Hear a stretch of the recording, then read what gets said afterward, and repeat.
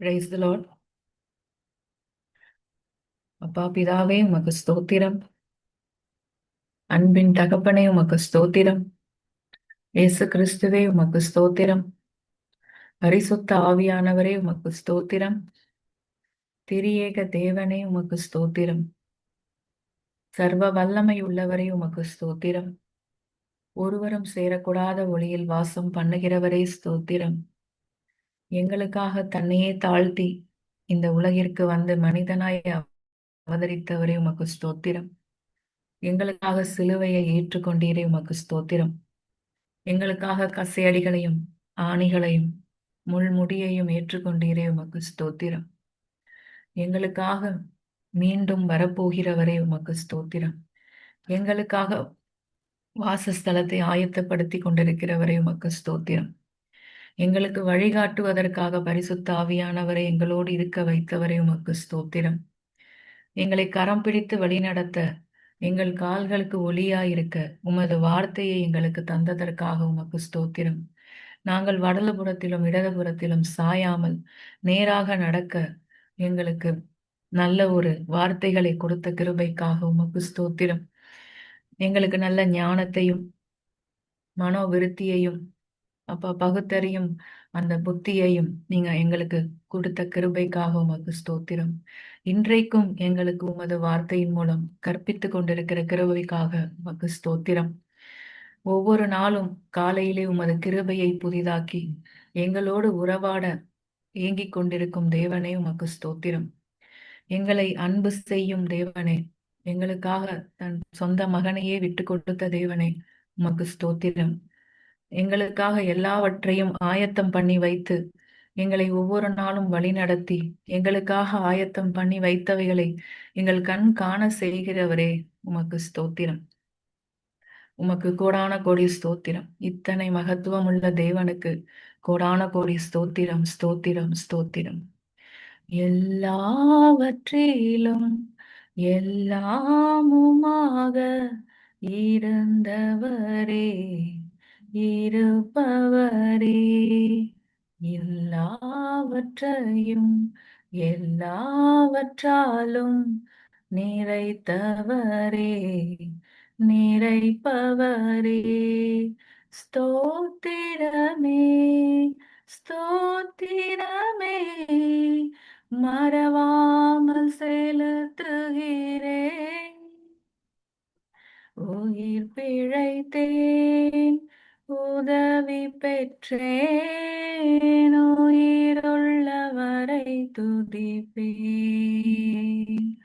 உயிர் பிழைத்தேன், உதவி பெற்றேன், உயிருள்ளவரை துதிப்பேன்.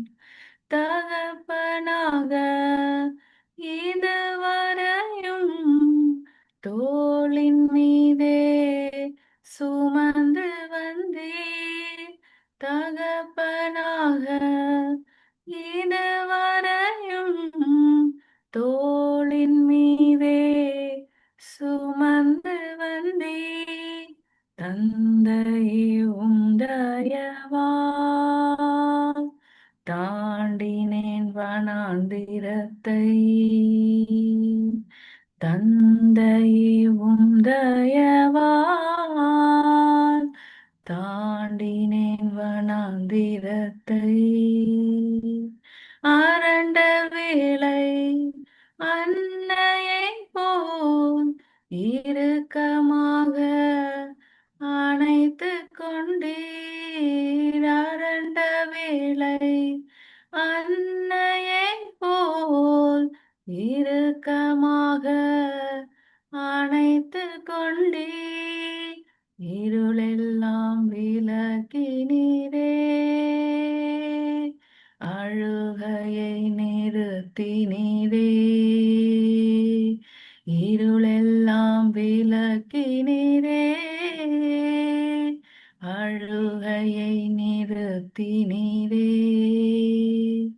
தனிமையிலே நண்பனை போல் நெடுந்தூரமும் உடன் நடந்தீர். தனிமையிலே நண்பனை போல் நெடுந்தூரமும் உடன் நடந்தேன், அனாதையாய் அலைந்ததில்லை. அன்பர் நீர் அருகினிலே அனாதையாய் அலைந்ததில்லை. அன்பர் நீர் அருகினிலே ஸ்தோத்திரமே, ஸ்தோத்திரமே, மறவாமல் செலுத்துகிறேன். உயிர் பிழைத்தேன், உதவி பெற்றேன், உயிருள்ளவரை துதிப்பேன். எல்லாவற்றிலும் எல்லாமுமாக இருந்தவரே, இருப்பவரே, எல்லாவற்றையும் எல்லாவற்றாலும் நிறைத்தவரே, நிறைப்பவரே.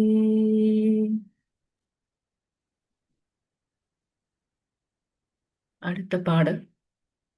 உங்க அன்பு இருந்ததால நான் அழிந்து போகவில்லை. உங்க அன்பு இருந்ததால நான் கைவிடப்படல. உங்க கிருபை என்ன காப்பதால வாழ்ந்து கொண்டிருக்கேன். உங்க அன்பிற்கு நிகரே இல்ல. உங்க கிருபை என்ன காப்பதால வாழ்ந்து கொண்டிருக்கேன். உங்க அன்பிற்கு நிகரே இல்ல. இத்தனை பேர் என்னை அழைக்க நினைத்தும் அழியாத அழைப்பு என்னை காத்து கொண்டதே. துரோகங்கள் வீண் பழிகள் என் மேல் விழுந்தும் கரைப்படாத கரங்கள் என்னை தாங்கிக் கொண்டதே. எஜமானனே, என் எஜமானனே, என்னை அழைத்த எஜமானனே, எஜமானனே, என் எஜமானனே, என்றும் நடத்தும் எஜமானனே. உங்க அழைப்பு இருந்ததால நான் அழிந்து போகவில்லை. உங்க அன்பு இருந்ததால நான் கைவிடப்படல. உங்க கிருபை என்ன காப்பதால வாழ்ந்து கொண்டிருக்கேன். உங்க அன்பிற்கு நிகரே இல்ல. மனிதர் அடைத்த கதவுகள் ஒன்றோ இரண்டோ, நீர் எனக்காக திறந்தது ஆயிரம் அன்றோ. உடைக்கப்பட்டு உம்மை விட்டு ஓடி ஒளிந்தும் என்னை துரத்தி வந்து ஊழியத்தை துவங்க வைத்தீரே. என் ஆதாரமே, என் ஆதரவே, அழைத்த அழைப்பின் காரணரே. என் ஆதாரமே, என் ஆதரவே, அழைத்த அழைப்பின் காரணரே. உங்க அழைப்பு இருந்ததால நான் அழிந்து போகவில்லை. உங்க அன்பு இருந்ததால நான் கைவிடப்படல. உங்க கிருபை என்ன காப்பதால வாழ்ந்து கொண்டிருக்கேன். உங்க அன்பிற்கு நிகரே இல்ல. அழைத்தவர் நீரோ உண்மையுள்ளவர், என்னை உயர்த்தி வைக்கும் மேன்மையான திட்டம் கொண்டவர். என்ன வந்தாலும் எது வந்தாலும் தொடர செய்பவர், நான் என்றென்றும் சார்ந்திருக்கும் தகுதி உள்ளவர். உம்மை நம்பிடுவேன், உம்மை பின்தொடர்வேன், இறுதி வரை உம்மை சேவிப்பேன். உம்மை நம்பிடுவேன், உம்மை பின்தொடர்வேன், இறுதி வரை உம்மை சேவிப்பேன். உங்க அழைப்பு இருந்ததால நான் அழிந்து போகவில்லை. உங்க அன்பு இருந்ததால நான் கைவிடப்படல. உங்க கிருபை என்ன காப்பதால வாழ்ந்து கொண்டிருக்கேன். உங்க அன்பிற்கு நிகரே இல்லை. நன்றி இசப்பா. அப்பா, செய்தி கொடுக்கும் சகோதரரை ஆசீர்வதிங்க. இங்க கூடி வந்திருக்கும் ஒவ்வொருவரையும் அவங்க குடும்பத்தினரையும் ஆசீர்வதித்து இந்த கடந்த ஆண்டு முழுவதும் வழிநடத்தின கிருபைக்காக உமக்கு நன்றி. அப்பா, இந்த ஆண்டு முழுவதையும் உங்க பாதத்துல அர்ப்பணிக்கிறோம். அப்பா, எங்க ஒவ்வொருவரையும் உங்க பாதத்துல அர்ப்பணிக்கிறோம். உமக்கு ஏற்ற உம்முடைய சித்தத்தை நடத்துவிக்க எங்களை பயன்படுத்துங்க. அப்பா, எங்கள் எல்லாரையும் முழுவதுமாக உங்க பாதத்துல அர்ப்பணிக்கிறோம். ஒவ்வொருவரையும் உமது ஆயுதமாக நீங்க பயன்படுத்தி அப்பா, இன்னும் அநேக ஆத்துமாக்களை அறுவடை செய்ய எங்களுக்கு ஞானத்தையும் பலத்தையும் தாங்க. அப்பா, ஒவ்வொருவரையும் நீங்க கூடி வர செய்து இந்த இடத்துல எங்களை சந்தோஷமாக இந்த வார்த்தையை கேட்க செய்த கிருபைக்காக மறுபடியுமாக உமக்கு கோடான கோடி நன்றி செலுத்துகிறோம். இதை ஆரம்பித்த பிரதர் ஜெனிஃபர் அவங்க குடும்பத்தை எல்லாரையும் ஆசீர்வதிங்க, பலப்படுத்துங்க. அப்பா, இன்னும் அநேகருக்கு ஊழியத்தை வார்த்தைகளை சொல்ல அவர்களுக்கு கிருபையை தாங்க. துதிகான மகிமை உமக்கே செலுத்துகிறோம் எங்கள் ஜீவனுள்ள நல்ல பிதாவே. ஆமென். Amen. Amen. Thank you, Ruby, for leading worship. Praise the Lord. கர்த்தருடைய நாமத்துக்கு மகிமை உண்டாகட்டும். கடந்த 3 வருடங்களாய் இந்த வேத பாடத்தையும் இந்த பைபிள் ஸ்டடி குரூப்பையும் கர்த்தர் வழி நடத்தி வந்திருக்கிறார். அதற்காக நாம் கர்த்தருக்கு நன்றி செலுத்துவோம். சகோதரர் ஒருமித்து வாசம் பண்ணுகிறது எவ்வளவு நன்மையும் இன்பவுமாய் இருக்கிறது என்று வேதம் சொல்லுகிறது. கர்த்தருக்குள் நாம் களி கூர்ந்து மகிழ்கிறோம். இந்த வாரமும் நாம் தொடர்ந்து கர்த்தருடைய வேத பாடத்துக்குள்ளாக கடந்து செல்லுவோம். நம் மத்தியில் இருக்கிற பிரதர் ராஜா அவர்கள் கர்த்தருடைய வார்த்தையை இந்த நாளிலும் பகிர்ந்து கொள்ளுவார்கள். Praise the Lord brother. Praise the Lord brother. 1 Pethuru புத்தகம் 2வது அதிகாரம் 9வது வசனம். 1 Peter chapter 2 verse 9. நீங்களோ உங்களை அந்தகாரத்தினின்று தம்முடைய ஆச்சரியமான ஒளியின் இடத்திற்கு வரவழைத்தவருடைய புண்ணியங்களை அறிவிக்கும்படிக்கு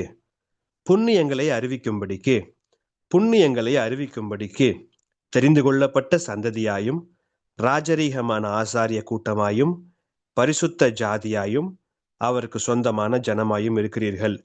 தெரிந்து கொள்ளப்பட்ட சந்ததியாயும் ராஜரீகமான ஆசாரிய கூட்டமாயும் பரிசுத்த ஜாதியாயும் அவருக்கு சொந்தமான ஜனமாயும் இருக்கிறீர்கள். இந்த வார்த்தையின் வழியாக கர்த்தர் உங்களோடு இடைபடுவாராக. போன மாத கடைசியில அரியலூரில் ஒரு புதிய சுவிசேஷ குழு தலைமை தாங்க கர்த்தர் உதவி செய்தார். காலை நேரத்தில் நானும் என் கூட ஒரு ஃபுல் டைம் பாஸ்டர் ஒருத்தரும் இருக்கிறாங்க. ஸோ எங்களுக்கு கீழே டீமில் ஒரு 18லேருந்து 22 பேர் 23 பேர் அன்னைக்கு காலையில் வேன் எடுத்துக்கிட்டு ஊழியத்துக்கு போகணும். ஸோ இரவு நேரம் ஜெபிச்சுட்டு படுத்திருந்தேன். காலையில் எழுந்திருக்கும் போது எனக்குள்ளே கனவுல வந்த வார்த்தை முழுவதுமா வந்த வசனம் இந்த வசனம். அந்த வசனத்தை தான் இன்றைக்கு நாம் தியானிக்க ஆவியானவர் உதவி செய்வார் என்று நான் விசுவாசிக்கிறேன். அந்த கனவுல நான் நிக்கிறேன். என்னை ஒட்டி அந்த தம்பி, பாஸ்டர் தம்பி, இங்க நான் இருக்கிற இடத்துல பைபிள் காலேஜ் இருக்கு, நிறைய மாணவிகள் படிக்கிறாங்க. கர்த்தர் இந்த இடத்துல பயன்படுத்தி வருகிறார். அந்த தம்பி பக்கத்துல நிக்கிறாரு, நான் இங்க நிக்கிறேன். அந்த வார்த்தை அப்படியே எனக்கு வருது. வார்த்தையை மனப்பாடம் பண்ணி நிறைய வசனங்களை மனப்பாடம் பண்ணி வச்சதுனால கர்த்தர் வார்த்தையின் வழியாக பேசும் பொழுது திடுக்கென்று வேகமாக எழுந்து வந்து வேதத்தை வாசிக்கும் பொழுது அந்த வார்த்தையை கண்டுபிடித்தேன். அது எனக்கு ஆறுதலை கொடுத்தது. அந்த நாள் ஊழியத்திற்கு சென்றோம். ரைட், இதுதான் இந்த வசனத்தின் பின்னணி. அதாவது இந்த வசனத்தை தியானிக்க ஆவியானவர் உதவி செய்வாராக. நல்ல கவனத்தோடு இந்த வார்த்தைகளை நீங்கள் கேட்குமாறு தாழ்மையாய், அன்பாய், பணிவாய் கேட்டுக்கொள்கிறேன். 1 Peter chapter 2 verse 9. நீங்களோ உங்களை, பிரதர் அதை படிங்க பிரதர், படிச்சிங்கன்னா நல்லா இருக்கும். நீங்களோ உங்களை அந்தகாரத்தினின்று தம்முடைய ஆச்சரியமான ஒளியின் இடத்திற்கு வரவழைத்தவருடைய புண்ணியங்களை அறிவிக்கும்படிக்கு தெரிந்து கொள்ளப்பட்ட சந்ததியாயும். புண்ணியங்களை அறிவிக்கும்படிக்கு. இந்த நாள் செய்தியின் தலைப்பு புண்ணியங்களை அறிவி. Proclaim the goodness of God. இந்த நாள் செய்தியின் தலைப்பு இந்த வசனத்தின் மையத்தில் அமைகிறது. அன்றைக்கு நாங்கள் புண்ணியங்களை அறிவிக்க சென்றோம், ஊழியத்தை செய்ய சென்றோம். ஸோ நாம் இந்த ஆண்டிலே புண்ணியங்களை அறிவிக்க போகிறோம். பிரதர் சொன்னாரு, 2-3 ஆண்டுகள் நம்ம சகோதரர் எல்லாம் ஒருமித்து வாசம் பண்ணணும், நம்ம பழைய டீம் எல்லாம் ஒன்று சேர்ந்தோம். இந்த வருஷத்துல so beginning of the year முதல் ஸ்டடின்னு சொல்லி நினைக்கிறேன். ஸோ புண்ணியங்களை அறிவி, proclaim the goodness of God. Brother, நான்லாம் சுவிசேஷம்லாம் அறிவிக்க முடியாது, என் சூழ்நிலை அப்படிலாம் இல்லை அப்படின்னு சொல்லாதீங்க. இந்த செய்தி முடியும் பொழுது கண்டிப்பா நீங்க சுவிசேஷத்தை அறிவிக்க போறீங்க அப்படின்னு நான் விசுவாசிக்கிறேன். ரைட். அதாவது பொதுவா பார்க்கும் பொழுது ஆண்டவர் பரமேறதுக்கு முன்னாடி மார்க் எழுதின சுவிசேஷம் 16வது அதிகாரம் 15வது வசனம். Mark chapter 16 words 15. ஆண்டவர் சொல்றாரு, பின்பு அவர் அவர்களை நோக்கி, நீங்கள் உலகம் எங்கும் போய் சர்வ சிருஷ்டிக்கும் சுவிசேஷத்தை பிரசங்கியுங்கள். என்ன செய்யணுமா? சர்வ சிருஷ்டிக்கும் சுவிசேஷத்தை பிரசங்கியுங்கள். preach தி காஸ்பல். ஸோ சுவிசேஷத்தை பிரசங்கிக்க வேண்டியது நாம் எல்லார் மேலும் விழுந்த ஒரு கடமையா இருக்கிறது. அதே மத்தேயு எப்படி ரெக்கார்ட் பண்ணி வச்சிருக்காருன்னா, மத்தேயு எழுதின சுவிசேஷம் 28வது அதிகாரம் 19வது வசனத்துல இப்படியாய் சொல்லுகிறார் மத்தேயு, ஆகையால் நீங்கள் புறப்பட்டு போய் சகல ஜாதிகளையும் சீஷராக்கி பிதா குமாரன் பரிசுத்த ஆவியின் நாமத்தினாலே அவர்களுக்கு ஞானஸ்தானம் கொடுத்து நான் உங்களுக்கு கட்டளையிட்ட யாவையும் அவர்கள் கை கொள்ளும்படி அவர்களுக்கு உபதேசம் பண்ணுங்கள். உபதேசம் பண்ணுங்கள் அப்படின்னா டீச் பண்ணுங்க.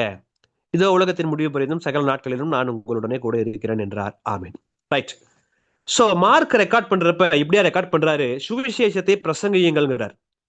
மத்தேயு இப்படியா சொல்றாரு, மத்தேயுல சீஷராக்கி ஞானஸ்தானம் கொடுத்து அவங்களுக்கு உபதேசம் பண்ணுங்கள் அப்படிங்கிறார். நல்லா கவனிக்கணும். Make disciples, baptise them and teach them. அதாவது 2 காரியங்கள் சொல்லப்படுது. இது பிரதானமான ஒரு கட்டளையாகவும் நமக்கு கொடுக்கப்படுது. ஆண்டவர் கிளம்புறப்ப கொடுத்துட்டு போற ஒரு மிக முக்கியமான ஒரு காரியம். ஸோ இதுல 2 காரியமும் சொல்லப்படுது. ஒன்னு ப்ரீச்சிங் சொல்லப்படுது, இன்னொன்னு டீச்சிங் சொல்லப்படுது. மத்தேயுல பாத்தீங்கன்னா பிரசங்கம், அதாவது முதல்ல என்ன சொல்றாரு, மார்க் 16-15 சுவிசேஷத்தை பிரசங்கியுங்கள், preach தி காஸ்பல். மத்தேயு எழுதின சுவிசேஷம் 3வது அதிகாரம் 2வது வசனத்துல இப்படியாய் சொல்லப்பட்டிருக்கிறது, மனம் திரும்புங்கள், பரலோக ராஜ்யம் சமீபித்திருக்கிறது என்று பிரசங்கம் பண்ணினான். மத்தேயு எழுதின சுவிசேஷம் 11வது அதிகாரம் 5வது வசனம், தரித்திரருக்கு சுவிசேஷம் பிரசங்கிக்கப்படுகிறது அப்படின்னா இட் இஸ் preached. அதாவது நாம் ஆண்டவருடைய வார்த்தையை பிரசங்கிக்க வேண்டியது, பிரீச் பண்ண வேண்டியது அவசியமாக இருக்கிறது. ஆனா மத்தேயு சொல்றபடி எடுத்தீங்கன்னா பிரீச் பண்றது மாத்திரம் மத்தேயு சொல்ல, அவர் டீச் பண்ண சொல்றாரு, உபதேசம் பண்ண சொல்றாரு. உபதேசம், டு டீச், வசனத்தை உபதேசி. இதுல எப்படி உங்களுக்கு உதாரணமா சொன்னீங்கன்னா மத்தேயு எழுதின சுவிசேஷம் 5வது அதிகாரம் 1 வசனம் 2வது வசனத்திலே பார்க்கும் பொழுது இதை நீங்கள் படிக்கும் பொழுது நீங்கள் புரிந்து கொள்ளலாம். அவர் திரளான ஜனங்களை கண்டு மலையின் மேல் ஏறினார். அவர் உட்கார்ந்த பொழுது அவருடைய சீஷர்கள் அவரிடத்தில் வந்தார்கள். அப்பொழுது அவர் தமது வாயை திறந்து அவர்களுக்கு உபதேசித்து சொன்னது என்னவென்றால், பாத்தீங்களா, அவர்களுக்கு என்ன செய்ய ஆரம்பிச்சாரா, உபதேசித்து சொன்னது என்னவென்றால், அதே மத்தேயு 21-23 இப்படியா சொல்லுகிறது, தேவாலயத்தில் வந்து உபதேசம் பண்ணுகையில், முதல்ல பிரசங்கிக்கிறத குறித்து பார்த்தோம், பிரீச்சிங். இங்கே டீச்சிங், டீச் பண்றதை குறித்து, உபதேசம் பண்ணுவதை குறித்து பார்க்கிறோம். சோ சுவிசேஷத்தை பிரசங்கிக்க வேண்டும், பிரீச்.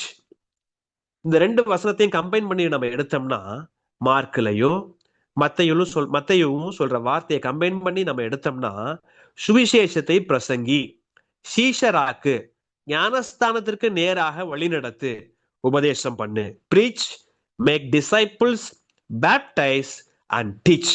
இதான் மிக முக்கியமான ஒரு கட்டளை. ஆண்டவர் கிளம்புறப்ப நாம் எல்லாருக்கும் கொடுத்ததான ஒரு மிக பிரதானமான ஒரு கட்டளை என்று நான் விசுவாசிக்கிறேன். சுவிசேஷத்தை பிரசங்கிக்க வேண்டியது அவசியம், மாத்திரமல்ல சீஷராக்க வேண்டியதும் அவசியம். அந்த வசனத்துல 28-19 சொல்லப்பட்டிருக்கிறது. மாத்திரமல்ல அவர்களுக்கு ஞானஸ்தானம் கொடுக்க வேண்டியது அவசியம். இல்ல பிரதர், நான் ஞானஸ்தானம் கொடுக்கல, பரவாயில்ல, ஞானஸ்தானத்திற்கு நேராக வழி நடத்தலாம். ஒருவேளை ஆண்டவரை இரட்சகராக ஏற்றுக்கொண்டு ஞானஸ்தானம் எடுக்காத நபர்கள் இந்த செய்தியை கேட்டுட்டு இருக்கீங்கன்னா, இந்த வார்த்தைக்கு கீழ்ப்படிந்து இந்த வார்த்தையின்படி நீங்கள் ஞானஸ்தானம் எடுத்துக்கொள்ள வேண்டுமாய் உங்களை தாழ்மையாய், அன்பாய், பணிவாய் கேட்டுக்கொள்கிறேன். ஞானஸ்தானத்தோடு நிறுத்தி விடாமல் அவங்களுக்கு உபதேசம் பண்ண வேண்டியது அவசியமாக இருக்கிறது. அதாவது 2 காரியங்கள், நம்ம டீச் பண்ணும், நம்ம பிரீச் பண்ணும். புண்ணியங்களை அறிவி, proclaim the goodness of God.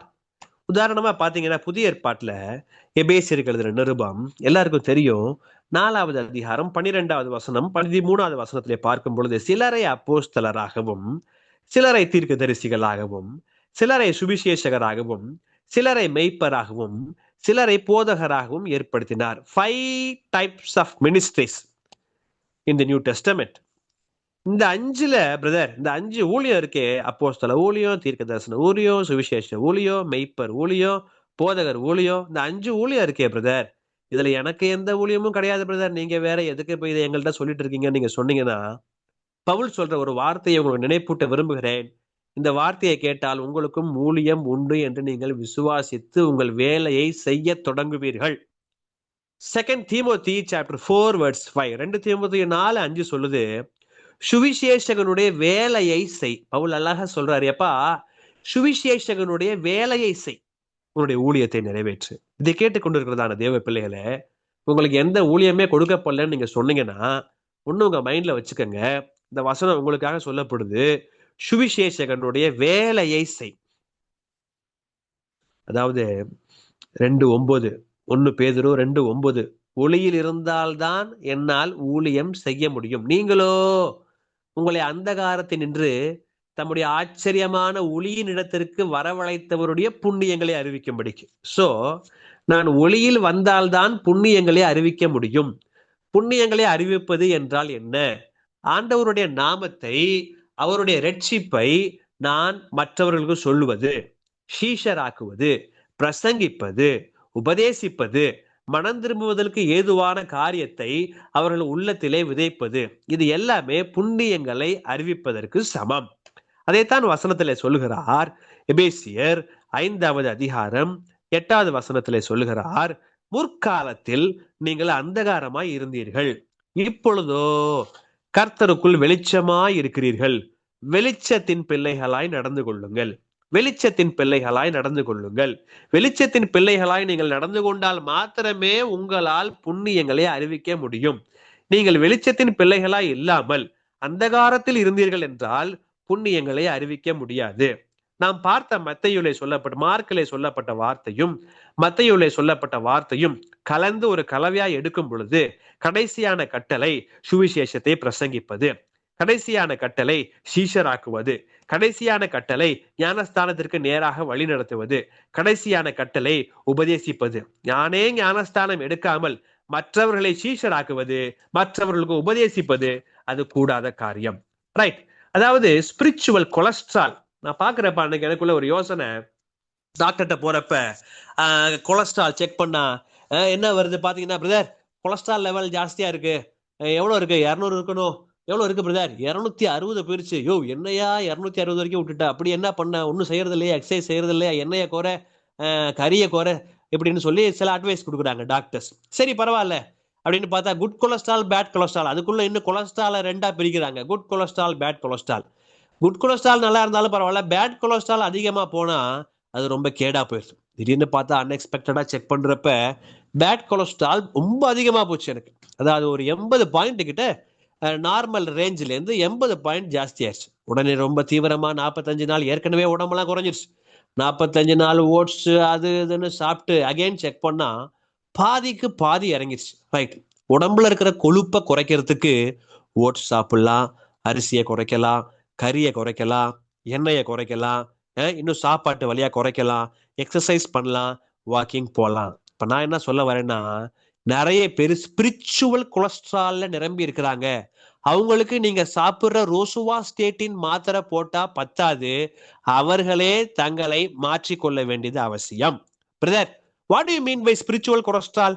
ஆவிக்குரிய கொழுப்பு அப்படின்னா என்ன அப்படின்னா, போன வருஷம் ஞாபகம் வச்சுக்கோங்க, நான் கேட்கிற கேள்வி உங்க மனசுல நீங்க கேட்டு பாருங்க. இந்த வருஷம் ஜனவரி பைபிள் ஸ்டடிக்கு எல்லாம் வந்துட்டீங்க வீராப்பா, ரொம்ப சந்தோஷம். போன வருஷம் ஜனவரியில இருந்து டிசம்பர் வரைக்கும் 12 மாசம் அத்தனை நாட்கள் இருந்துச்சு. ஆண்டவருடைய சுவிசேஷத்தை ஒருத்தருக்கு கூட சொல்லாத நபர் நம்முடைய குழுவுல இருக்கலாம். வேதனை, அசிங்கம், அது வெட்கம். நீங்கள் கிறிஸ்தவர்களே அல்ல, இந்த குரூப்ல இருக்கிறவங்க நீங்க டீச் பண்ண வர்றீங்க, வர்ஷிப் நடத்த வர்றீங்க, இல்ல வசனத்தை வாசிக்க வர்றீங்க அப்படின்னா, போன வருஷம் ஜனவரியில இருந்து டிசம்பர் வரைக்கும் ஒரு ட்ராக்ஸ் கூட நான் கொடுக்கல, ஒருத்தருக்கு கூட இயேசுவை பத்தி சொல்லலைன்னா you are unfit to do the ministry. நீங்க தேவையில்லை. You are filled with spiritual cholesterol.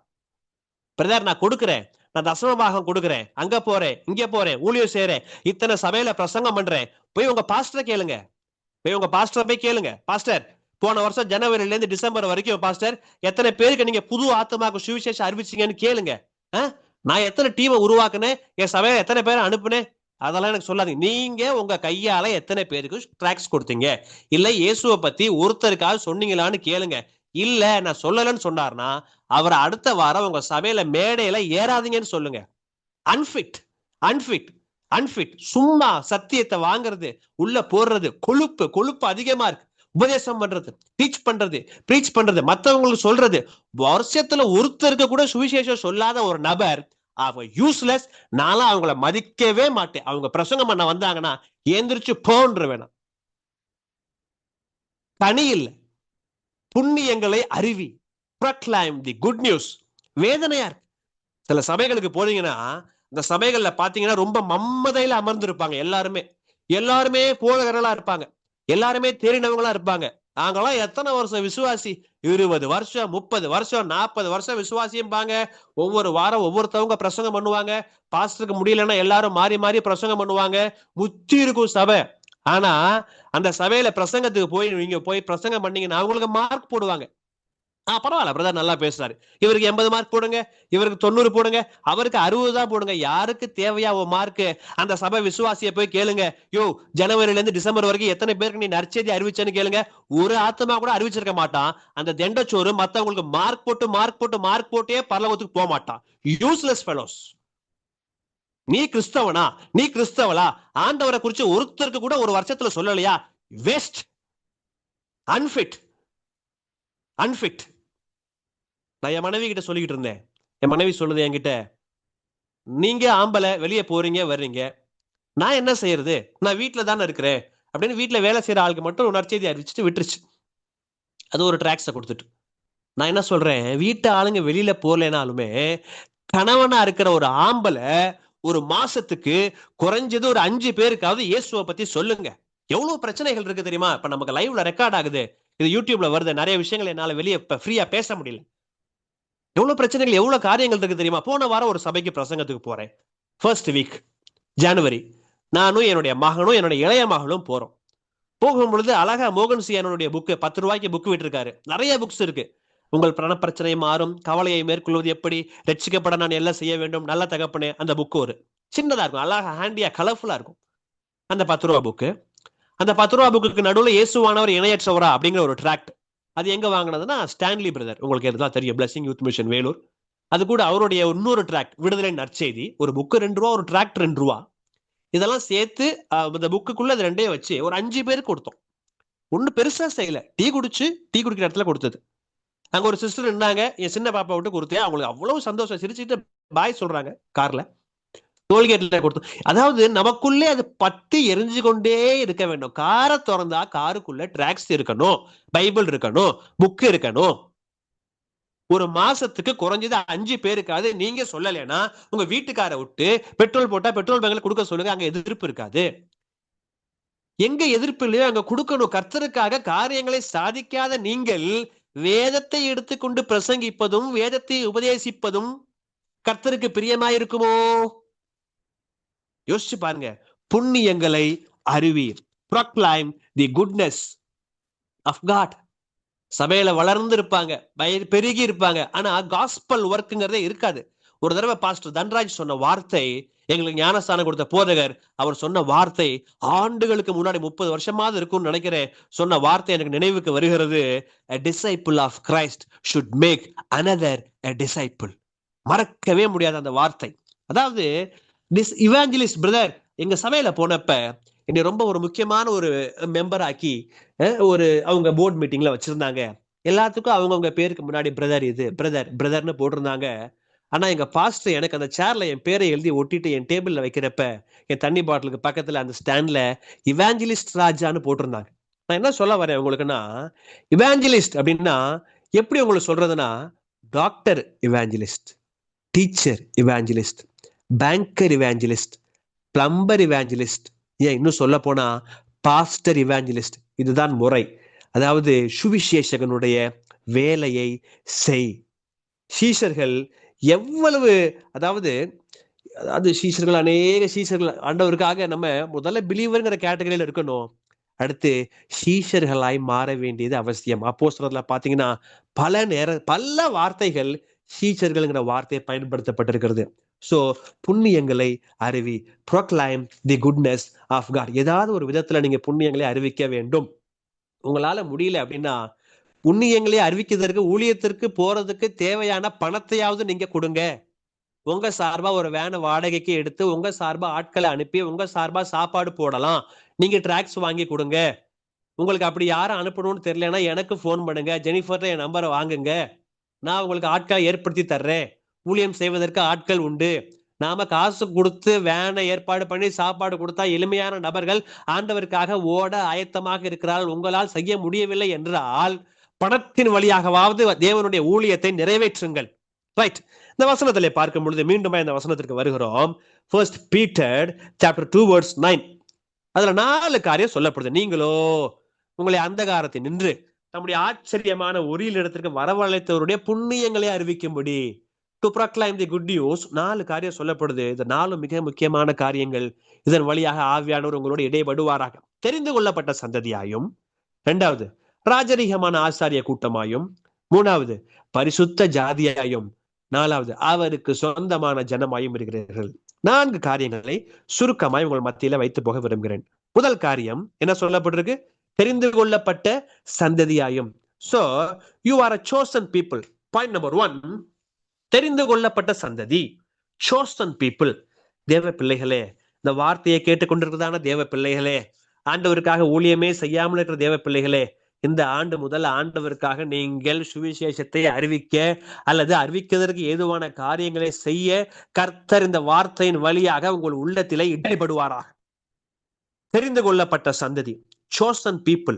நல்லா கவனிக்கணும். எதற்கு முதல்ல சொல்லப்பட்டிருக்கிற காரியம் தெரிந்து கொள்ளப்பட்ட சந்ததியோ. ஆண்டவர் சொல்றாரு, எப்பா என் மகனே என் மகளே, நீ என்னால் தெரிந்து கொள்ளப்பட்டவன். நீங்க கேட்கலாம், பாஸ்டர் பிரதர் தெரிந்து கொள்ளப்பட்டவங்கன்னா என்ன அப்படின்னு சொல்லி கேட்டீங்கன்னா, உங்களுக்கு தெரிந்த வசனம், அழைக்கப்பட்டவர்கள் அநேகர் ஆனால் தெரிந்து கொள்ளப்பட்டவர்களோ சிலர். அப்படின்னா என்ன பிரதர்? அழைக்கப்பட்டவர்களுக்கும் தெரிந்து கொள்ளப்பட்டவர்களுக்கும் என்ன வித்தியாசம்? அழைப்பை யாரெல்லாம் ஏற்றுக்கொண்டார்களோ அவர்கள் எல்லாரும் தெரிந்து கொள்ளப்பட்டவர்கள். அதாவது எபேசியர் நிருபம் 1வது அதிகாரம் 4வது வசனம், எல்லாருக்கும் தெரிந்த வசனம் தான் இன்னைக்கு கொடுக்கிறது. எபேசியன்ஸ் சாப்டர் 1 verse 4, புதிய ஏற்பாட்டில 263வது பக்கம். ரைட். தமக்கு முன்பாக நாம் அன்பில் பரிசுத்தம் உள்ளவர்களும் குற்றம் இல்லாதவர்களுமா இருப்பதற்கு அவர் உலக தோற்றத்துக்கு முன் கிறிஸ்துவுக்குள் நம்மை டேஷ் சொல்லுங்க பார்க்கலாம். கிறிஸ்துவுக்குள் நம்மை தெரிந்து கொண்டபடியே. பாத்தீங்களா? முதல்ல நம்ம எந்த காரியம் தியானிக்கிறோம்? தெரிந்து கொள்ளப்பட்ட சந்ததி. இங்க அதே வார்த்தை வருது பாருங்க, தெரிந்து கொண்டபடியே. இப்ப எதற்காக தெரிந்து கொள்கிறார்? அவருக்கு முன்பாக என்னுடைய அன்பு பரிசுத்தமுள்ள அன்பாக இருக்க வேண்டும். என் ஆண்டவருக்கு முன்பாக என்னுடைய அன்பு குற்றமில்லாத அன்பாய் இருக்க வேண்டும். இதற்காக தான் நான் தெரிந்து கொண்டேன், நான் தெரிந்து கொள்ளப்பட்டேன். தமக்கு முன்பாக நாம் அன்பில் பரிசுத்தம் உள்ளவர்களும் குற்றமில்லாதவர்களுமா இருப்பதற்கு அவர் உலக தோற்றத்திற்கு முன் கிறிஸ்துவுக்குள் உங்களை தெரிந்து கொண்டார். ஏன் தெரிந்து கொண்டார் பிரதர் சிஸ்டர்? உங்களை ஏன் தெரிஞ்சுக்கிட்டாரு? அவருக்கு முன்பாக அவர் மேல நீங்க வச்சிருக்கிற அன்பு பரிசுத்தம் உள்ளதா இருக்கணும். அவர் மேல நீங்க வச்சிருக்கிற அன்பு குற்றமில்லாத அன்பா இருக்கணும். அப்படின்னா எப்படி பிரதர்? என்ன சொல்ல வரீங்க? அன்புனா என்ன? Love must be holy and blameless in his sight. எப்படி? அப்ப நான் என்ன செய்யணும்? உங்களுக்கு தெரிஞ்ச வசனம் 1 யோவான் 5:3, நாம் தேவனுடைய கட்டளைகளை கை கொள்ளுவதே அவரிடத்தில் அன்பு கூறுவதாம். தெரிந்து கொள்ளப்பட்ட சந்ததி நீங்கள். இந்த புதிய ஆண்டிலே முதல் வாரம் உங்களுக்கு கொடுக்கப்படுகிறதான ஆசீர்வாதமான வார்த்தை you are a chosen one, you are a chosen people. அதாவது முதல்ல கட்டளை, ரெண்டாவது தான் புண்ணியத்தை அறிவிக்க போகணும். முதல்ல இந்த வேதத்தின்படி நான் வாழணும், இந்த வேதத்துக்கு நான் கீழ்ப்படியணும், இந்த வேதத்தை நான் விசுவாசிக்கணும், கர்த்தரோட நேரம் செலவழிக்கணும். அதற்கு பிற்பாடுதான் நான் புண்ணியத்தை அறிவிக்க புறப்பட வேண்டும். அதற்கு பிற்பாடுதான், அதாவது நான் ஊழியத்தை செய்ய புறப்பட வேண்டும். வாரத்துல 6 நாட்களும் எனக்காக நான் ஓடுறேன், 7வது நாள் என் ஆண்டவருக்காக நான் ஓட வேண்டியது அவசியம். 6 நாள் நமக்காக, ஆனால் 7வது நாள் ஆண்டவருக்காக.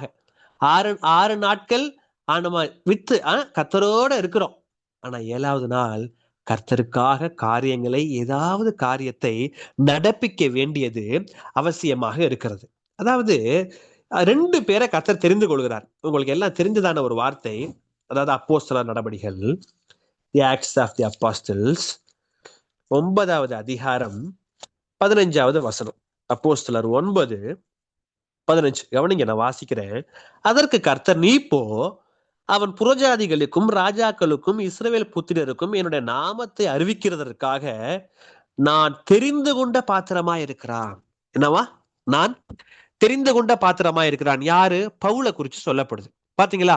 நாம தியானிக்கிறது தெரிந்து கொள்ளப்பட்ட சந்ததி. ஆண்டவர் தெரிந்து கொள்றாரு. பாத்தீங்களா? யார? நான் தெரிந்து கொண்ட பாத்திரமாக இருக்கிறான். 9வது அதிகாரம் 15வது வசனம். அப்போஸ்தலர். பாருங்க என்ன வார்த்தை! கர்த்தர் தெரிந்து கொள்றார். யார? பவுலை தெரிந்து கொள்றார். அதே 9வது அதிகாரம் 20வது வசனத்திலே பார்க்கும் பொழுது, தாமதமின்றி கிறிஸ்து தேவனுடைய குமாரன் என்று ஆலயங்களிலே பிரசங்கித்தான். தாமதமின்றி. அதே 9வது அதிகாரம் 22வது வசனத்திலே பார்க்கும் பொழுது, சவுல் அதிகமாக திடன் கொண்டு இவரே கிறிஸ்து என்று திருஷ்டாந்தப்படுத்தி தமஸ்குவில் குடியிருக்கிற யூதர்களை கலங்க பண்ணினான். பவுல் முதல் எடுத்துக்காட்டு தெரிந்து கொள்ளப்பட்டதற்கு. சோ நீங்களும் என்ன செய்யணும்? 9:15 கர்த்தர் பவுலை தெரிந்து கொண்டது போல உங்களையும் கர்த்தர் தெரிந்து கொண்டிருக்கிறார். நற்செய்தியை அறிவிக்க, நற்செய்தியை சொல்ல, to proclaim his good news, புண்ணியங்களை அறிவிக்க. பவுலை தெரிந்து கொண்ட ஆண்டவர், பவுலை தெரிந்து கொண்ட பிற்பாடு 9:20 பவுல் என்ன செய்கிறார்? தாமதமின்றி கிறிஸ்து தேவனுடைய குமாரன் என்று ஆலயங்களிலே பிரசங்கித்தான். அதே போல இந்த ஆண்டிலே தாமதமின்றி கிறிஸ்துவே மெய்யான தேவன், இயேசுவே மெய்யான தேவன் என்பதை நீங்கள் பிரசங்கிக்க ஆரம்பிக்க வேண்டியது அவசியம்.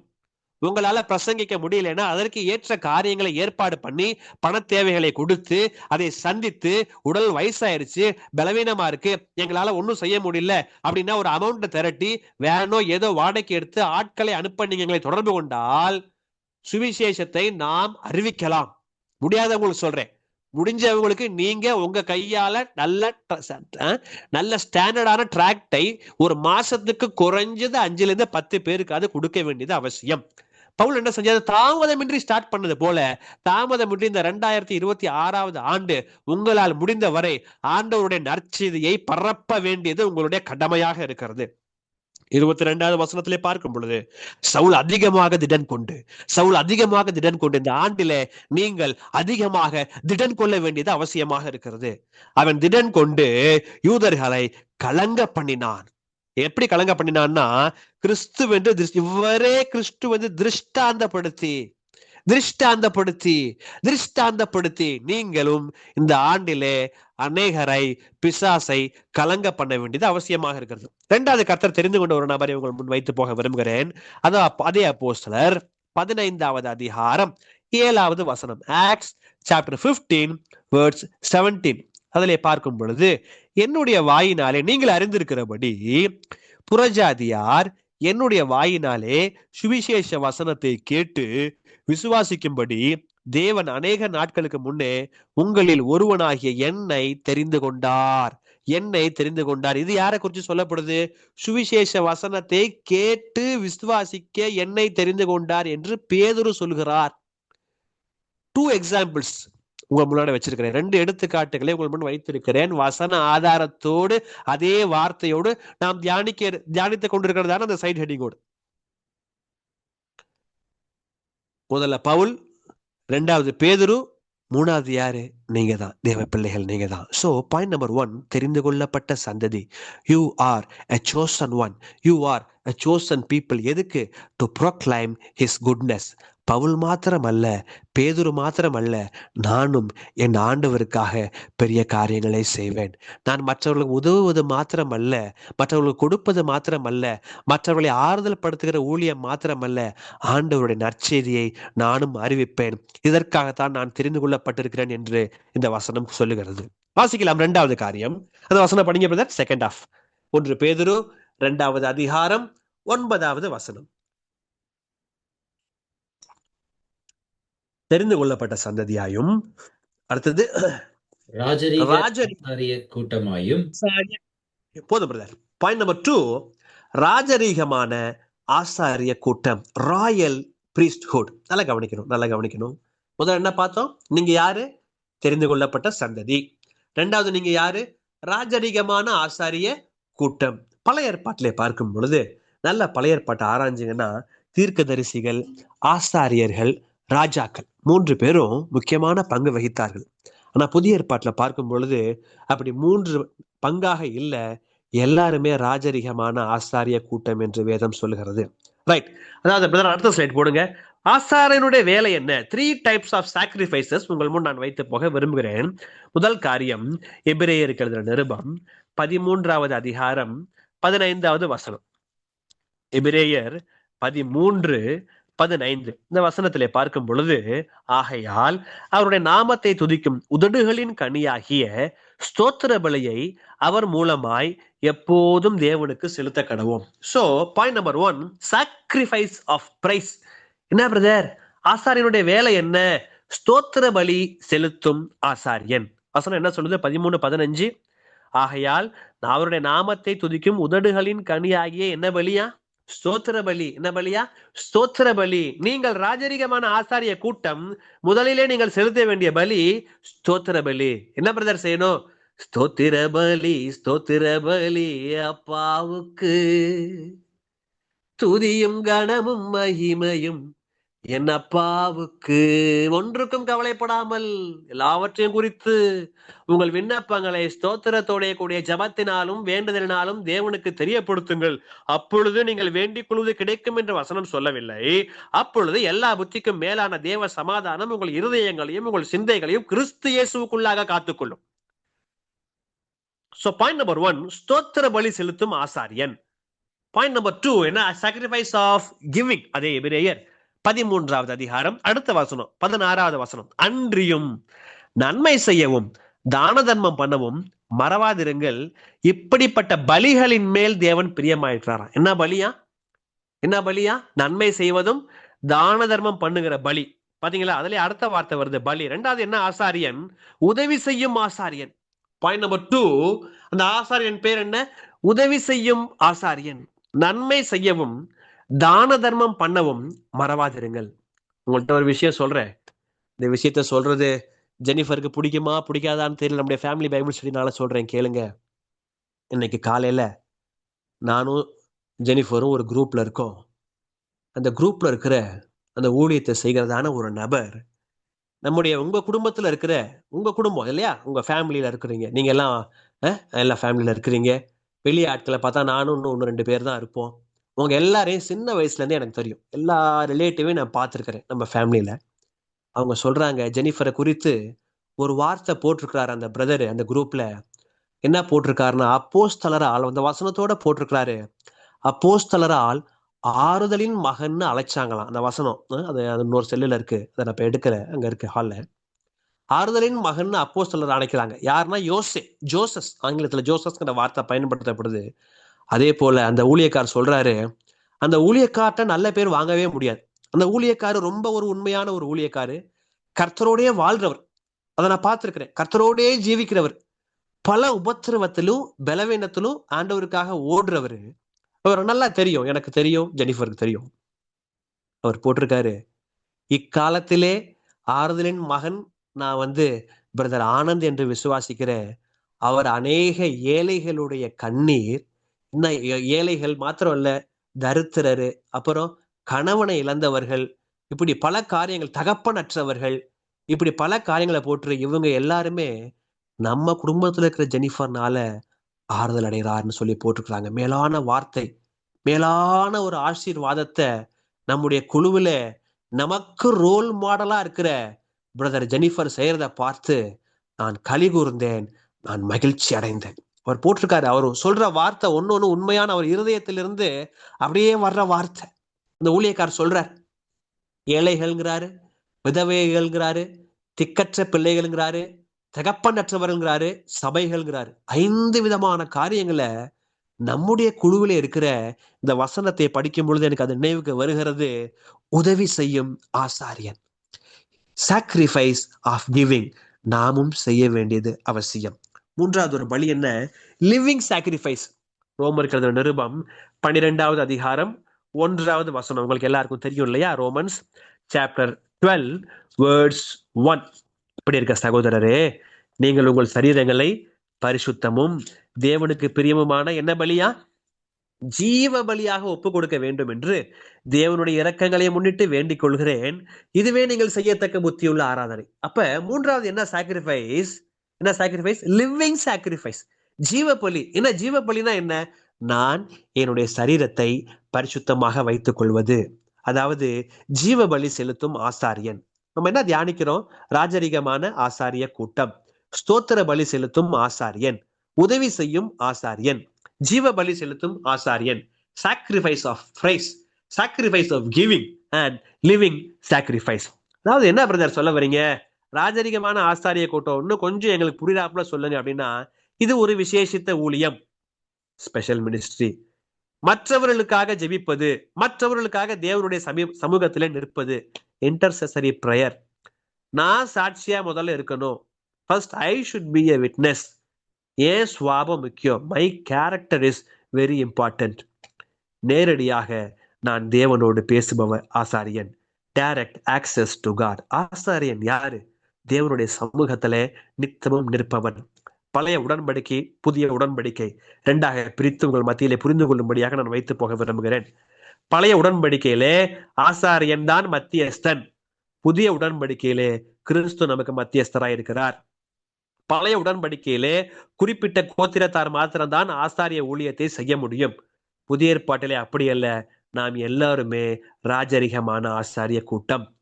பழைய உடன்படிக்கையிலே ஆசாரியனுடைய பிரதானமான வேலை மக்களுக்காக தேவனிடம் நிற்பது. புதிய ஏற்பாட்டிலே ஆசாரியனுடைய, நம்முடைய பிரதானமான வேலை மக்களுக்காக தேவனிடம் நிற்பது மாத்திரமல்ல, தேவனுக்காகவும் மக்களிடம் நிற்க வேண்டியது அவசியம். பழைய ஏற்பாட்டிலே அவர்களுடைய பெயர்கள் ஆசாரியர்கள், புதிய ஏற்பாட்டிலே அவர்களுடைய பெயர்கள் ராஜரிக ஆசாரிய கூட்டம். ராஜாக்களை போல அதிகாரத்துடன் வசனத்தை போதிக்க வேண்டியது அவசியம்.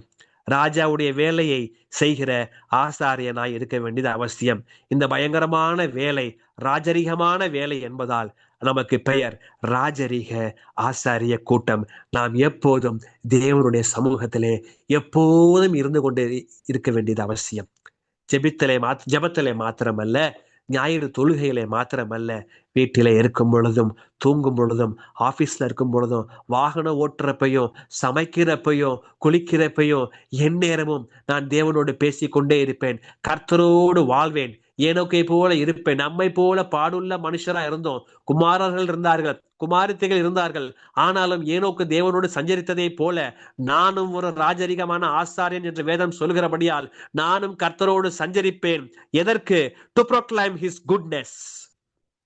அவருடைய சுவிசேஷத்தை அறிவிக்க ராஜரிகமான ஆசாரியனாய் கர்த்தரனை தெரிந்து கொண்டார். மூன்றாவது காரியம் என்ன சொல்லப்படுது?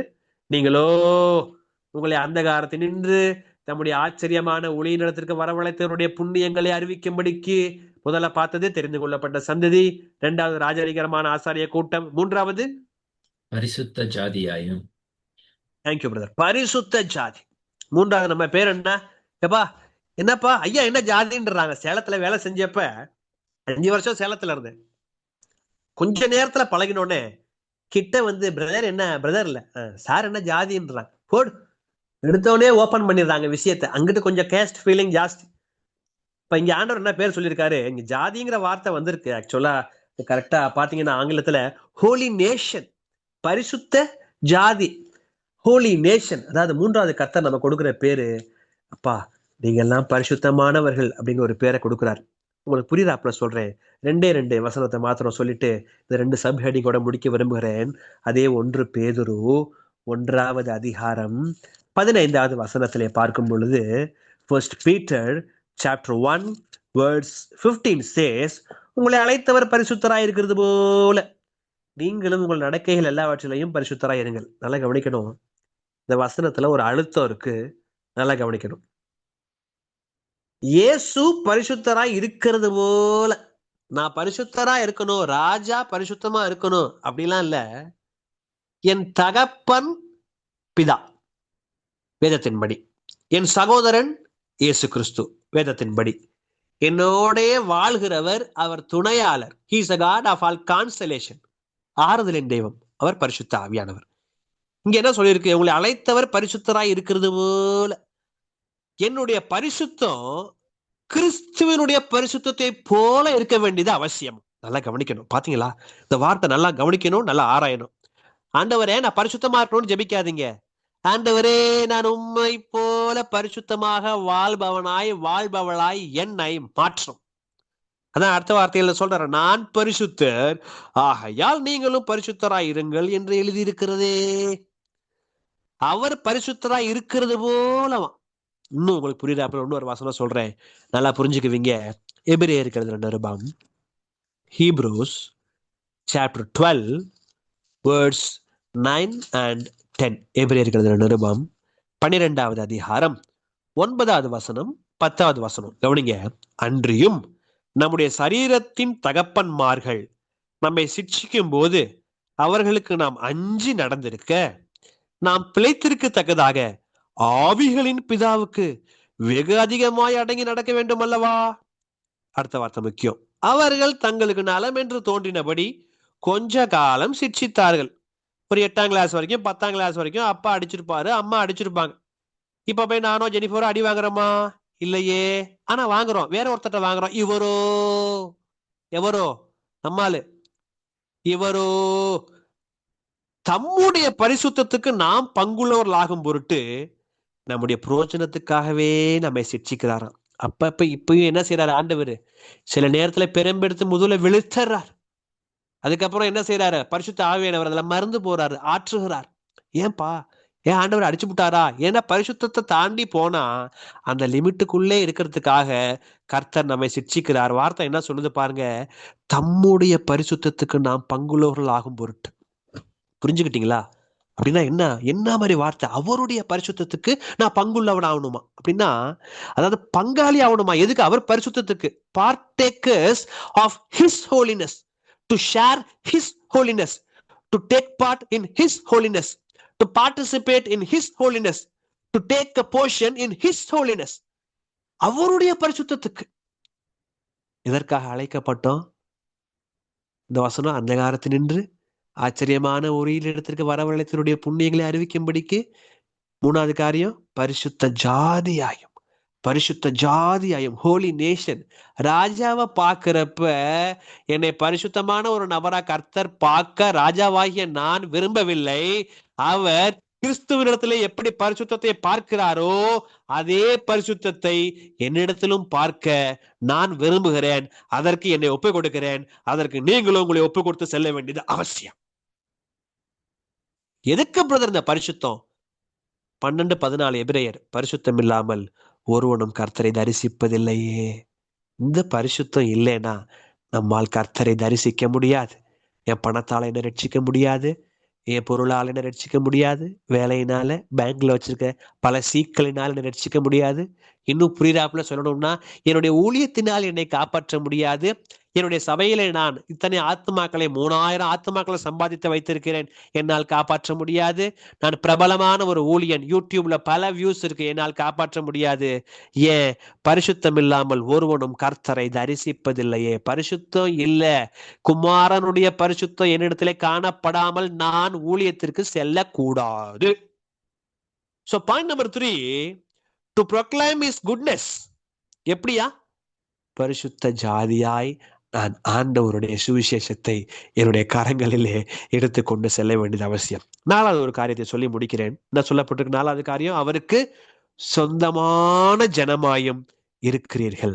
4th பாயிண்ட், 4th ஸ்லைட் போடுங்க பிரதர். சொந்தமான ஜனம், சொந்த ஜனம், காட்ஸ் ஓன் பீப்புள். உங்களுக்கு எல்லாம் தெரியும் யோவான் 1:11, அவர் தமக்கு சொந்தமானதிலே வந்தார், அவருக்கு சொந்தமானவர்கள் அவரை ஏற்றுக்கொள்ளவில்லை. அதாவது ஆண்டவர் சொல்றாரு, எப்பா நீங்க எல்லாம் எனக்கு சொந்த ஜனங்கிறார். என்னவா சொந்த ஜனம்? இன்னைக்கு ஸ்கூல்ல ஆனுவல் டே, பனி, பயங்கர பனி, சரியா? 2வது இங்க ஊர்ல 2 நாள் மழை பெய்யும்னு சொல்லியிருக்கிறாங்க. சில்லு காத்து. 3 பிள்ளைகள், பெரியவங்க 2 பேருமே 11th ஸ்டாண்டர்ட் படிக்கிறாங்க. 2 பிள்ளைங்களுமே கொஞ்சம் பெர்ஃபார்மன்ஸ் பண்றதுனால அவங்க பெரியவங்க. சின்ன பாப்பா ஒன்று இருக்கு எனக்கு, அதை டாக்டர் போனஸ் பேபிம்பாங்க. எந்த கிளாஸ் படிக்குது? 5th படிக்குது. அதை விட்டுட்டு வந்துட்டேன். 5 மணிக்கு போனேன். நானும் அங்கே ஒரு ஏஜி சபா பாஸ்டர் கொஞ்சம் நேரம் உட்காந்து பேசிட்டு இருந்தேன். வந்துட்டேன். 9 மணிக்கு முடியும்னாங்க. காற்று ரொம்ப சில்லுன்னு இருக்கு, என்னால் தாங்க முடியல, வந்துட்டேன். மனசெல்லாம் என் மக மேலே இருந்துச்சு. ஏன்னா அதுக்கு என்னைய மாதிரி சின்ன இதாதுன்னா உடனே இம்பாக்ட் ஆயிரும். கிளைமேட் இருந்துச்சுன்னா உடனே தும்மும், இது பண்ணும்.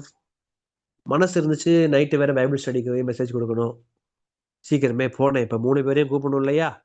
3 பேரை கூப்பிடுறது ட்ரிபிள்ஸ். நானும் 4 பேர் வர முடியாதுன்னு கார் எடுத்துக்கிட்டு தான் போகணும். பெரிய குரூப் ஆயாச்சு. அங்கே ஒருத்தர் கேட்குறாரு, என்ன பிரதர் வர வர யாக்கோபு மாதிரி பெருசாயிட்டே போறீங்கிறாரு. போய் கூட்டிகிட்டு வந்துட்டேன். வந்தோடனே மனசெல்லாம் உடனே என்னப்பா, பெரிய பிள்ளை தான் அது, அதனால எனக்கு அது கடைசி பிள்ளைங்கிறதுனால ஒரு செல்லம் எல்லாருக்கும். உடனே அது கண்ணெல்லாம் தொட்டு பார்த்து மூக்கெல்லாம் தொடச்சி விட்டு ஒழுவுது, எல்லாம் இது பண்ணோன்னு, போ நீ வரவே இல்லை, என்னைய கூப்பிடு போ அப்படின்னு ரொம்ப வருத்தப்பட்டுச்சு. உடனே தூக்கி வச்சு கொஞ்ச நேரம் கொஞ்சனேன். இப்போ ஹாலில் உட்காந்துருக்கு. ஏன், மற்ற பிள்ளைங்க மேலேயும் எனக்கு அக்கறை இருக்கு. மற்ற பிள்ளைங்க எல்லாம் பாவமா உட்காந்துருச்சுங்க. இப்போ ஸ்கூல் பஸ்ல போகணுமா, மணி என்னன்னா 9 ஆயிடுச்சு, 9:15 ஆயிடுச்சு. அவங்க பேரண்ட்ஸ் கூட வரல. என்னுடைய சொந்த மகளா இருக்கிறதுனால மாத்திரமல்ல, என் சொந்த மகள், இப்ப நான் சொல்றது அப்படிதான் சொல்லணும், அப்பதான் புரியும். அவள் என்னுடைய சொந்த மகள், கர்த்தர் கொடுத்த மகள். சோ அந்த மகளுக்கு மேலே எனக்கு எவ்வளவு ஒரு அக்கறை, எவ்வளவு ஒரு பாசம் இல்லையா? உங்க பிள்ளைங்க மேலே அப்படிதான். எதை தியாகம் பண்ணியாவது உங்க பிள்ளைகளை நீங்க காப்பாத்துவீங்க, கொண்டு வருவீங்க. ஏன்னா அவர்கள் உங்களுக்கு சொந்தமானவர்கள். நம்ம ஜீவனை விட நம்ம பிள்ளைகளை நம்ம பெருசா நினைக்கிறோம்.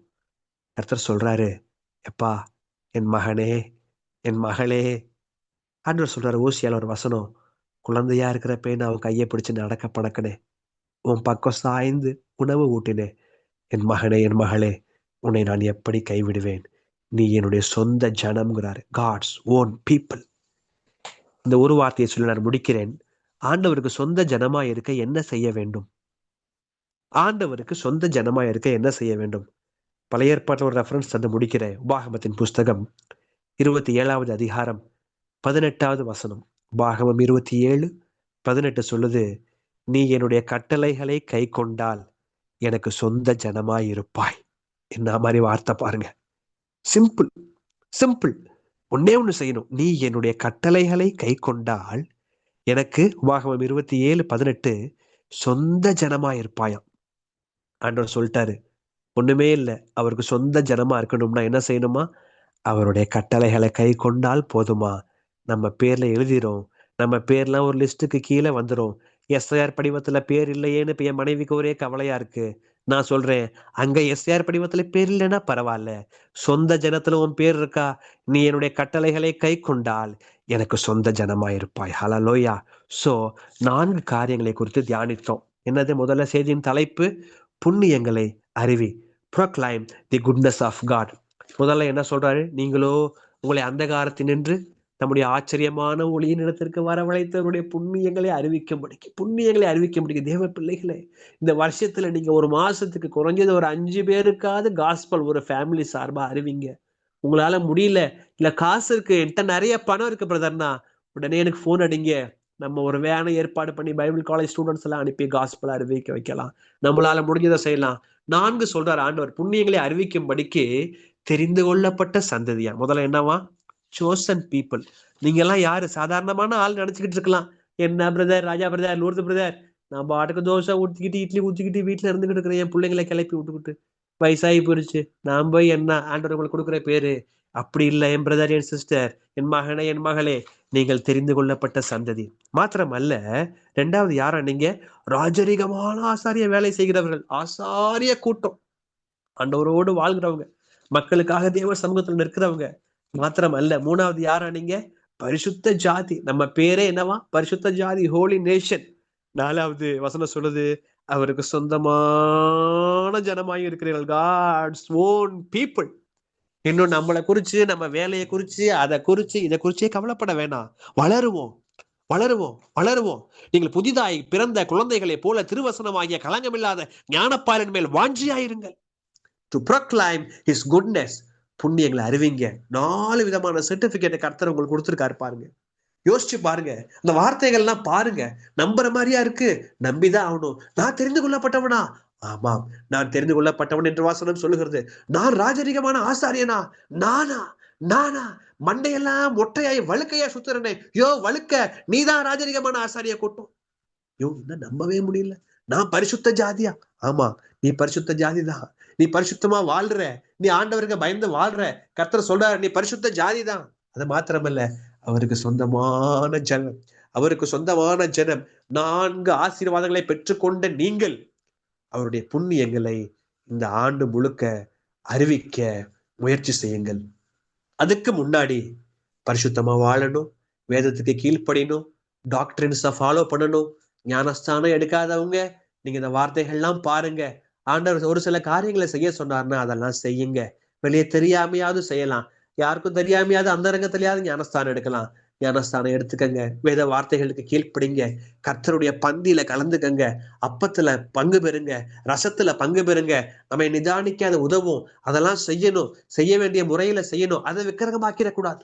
அந்த அப்பத்தை போய் கும்பிடக்கூடாது. ஒரு சில சாரார் அந்த அப்பத்தை கும்பிடுவாங்க, அந்த ரசத்தை கும்பிடுவாங்க. அப்படி நம்ம செய்யக்கூடாது.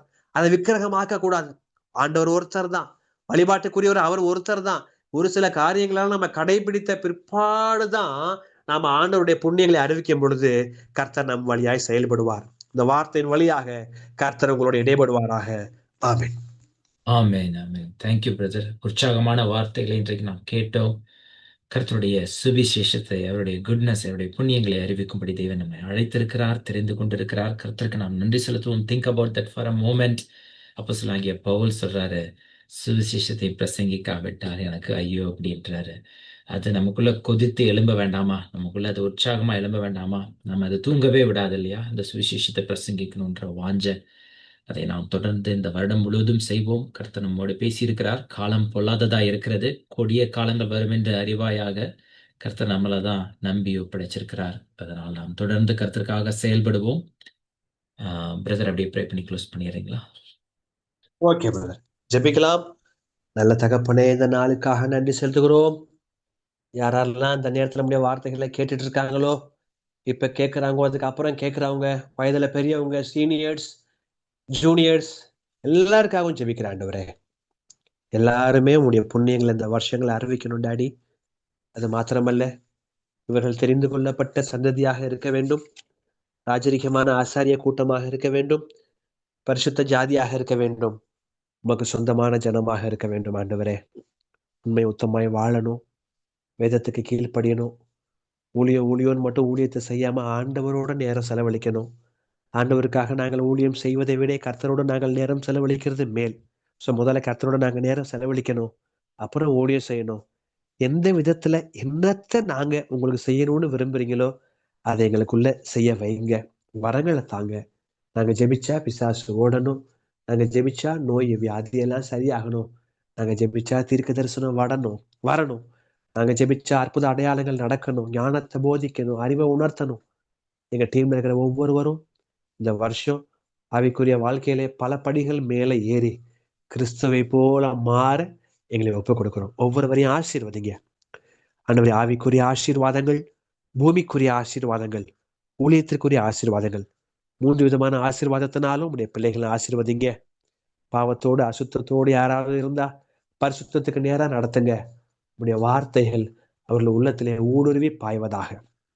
பணம் இல்லாதவங்க, ஊழியம் செய்ய முடியலையேன்னு யோசிக்கிறவங்க, ஜெப ஊழியத்தை செய்ய அவங்களை நீங்க ஊக்குவிங்க. அந்த ஜெபத்திற்கு பலன் நீங்க கண்டிப்பாய் தருகிற தேவனா இருக்கிறபடியால் உமக்கு ஸ்தோத்திரம் ஆண்டவரே. விசேஷமாக ஜெனிஃபருக்காக ஆண்டவரே, அவருடைய துணைவியார் எல்லாம் சிஸ்டர் லாவண்யாக்காக, குட்டி பாப்பா சாராவுக்காக ஜெபிக்கிறோம். கர்த்தர் அவங்கள ஆசீர்வதிங்க. மேலான ஊழியம் ஆண்டவரே, இந்த ஊழியத்தை ஆண்டவரே மாத்திரமல்ல, பல ஊழியங்களை செய்து வருகிற உங்களுடைய ஊழியக்கார குடும்பத்தை நீங்க ஆசீர்வதிங்க ஐயா. அவங்கள ஆசீர்வதிங்க. நாங்க எல்லாம் சேர்ந்து இந்த புதிய ஆண்டுல அவங்கள பிளஸ் பண்றோம். நாங்க பிளஸ் பண்றோம். தேவ பிள்ளைகளா பிளஸ் பண்றோம். எங்களுடைய வாக்கு அங்க பழிப்பதாக. ஆண்டவரே, நீர் எங்களுக்கு கொடுத்த அதிகாரத்தின்படி அவர்களை ஆசீர்வதிக்கிறோம். அவர்கள் அநேகருடைய கண்ணீர்களை துடைப்பார்களாக. அநேகருக்கு ஆறுதலா இருப்பார்களாக. அநேகருக்கு ஆண்டவரே தகப்பனா இருப்பார்களாக. அது மாத்திரமல்ல, அவர்கள் வழியாய் ஆண்டவரே அநேக ஆத்துமாக்கள் ரட்சிக்கப்பட்டு நித்தியத்திலே சேர்வார்களாக. ஒவ்வொருவரையும் நீங்க ஆசீர்வதிங்க. உம்மை நம்பி இருக்கிறோம், உம்மை தேடுகிறோம், உமக்கு பயப்படுகிறோம். இயேசு கிறிஸ்துவின் மூலம் ஜெபிக்கிறோம் பிதாவே, ஆமென். ஆமென். ஆமென். என் ஆத்துமாவே கர்த்தரை ஸ்தோத்திரி, என் முழு உள்ளமே அவருடைய பரிசுத்த நாமத்தை ஸ்தோத்திரி. என் ஆத்துமாவே கர்த்தரை ஸ்தோத்திரி, கர்த்தர் செய்த சகல நன்மைகளையும் மறவாதே. ஆமென். Amen. Thank you all for joining today. God bless you all.